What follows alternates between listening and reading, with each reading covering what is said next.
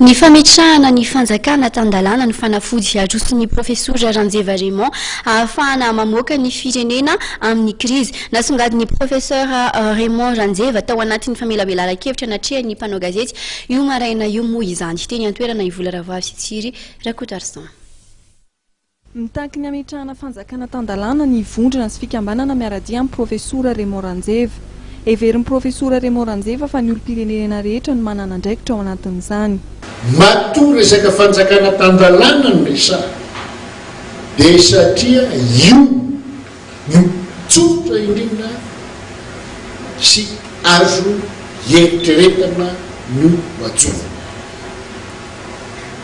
Raha nonga mpanjakana ianao anao contre coup d'état ianao mbola raharaha zay, mila vola zay, mila miaramila zay, mila fitaova zay. Asa nareo nga manana zay tsy manana. Fa miresaka fanjakana tan-dalana hevitra no ilaina. Ny hevitra mitondranandraraha ary ny finiavana ny taksy ijoro ampanjana izay no takina amintsika. Zay koa zavatra anankiray. Amin'ny sehatra resaky firenena ny fitakina sy ny fijorono fanjakana tan-dalana no mora sanda indrindra. Mikasika ny fifidianana dia nanamafy ny vondrona sy fikambanana miaraka amin'ny profesora Raymond Ranjeva fa tsy hamoaka ny firenena amin'ny krizy ny fanataterahana ny fifidianana tsisy fitoniana ara-tsosialy sy ara-politika.